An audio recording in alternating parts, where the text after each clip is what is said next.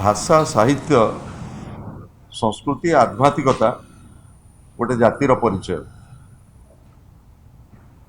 आमर संस्कृति आमको परामर्श देछि आपणेबार संस्कृति, परस्पर परंपरा, सार्वजनिक संस्कृति, वसुदेव कुटुंबकम। उत्कलमणि भाषा रे जातीय ममता, विश्व जनप्रीति, उत्कलवासींकर यह नीति।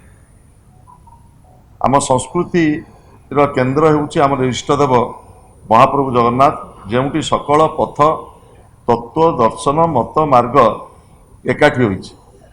आम संस्कृति प्रेमर संस्कृति, घृणार संस्कृति नुहे। मो जीवन पछे नरके पड़ी थाउ जगत उद्धार हो, भाव और भावनार संस्कृति। जे प्रेम रे आसीबो से अंशीभूत होही आम अस्मितार आम स्थिति और विस्तृतिर सूत्र। समर्पण भाव नहीं ओडिशार माटी मातृभाषार सेवा करने को आसो ताकू कहीं आम ग्रहण करिपरिबा नाही। मोटी कही रखा चाहे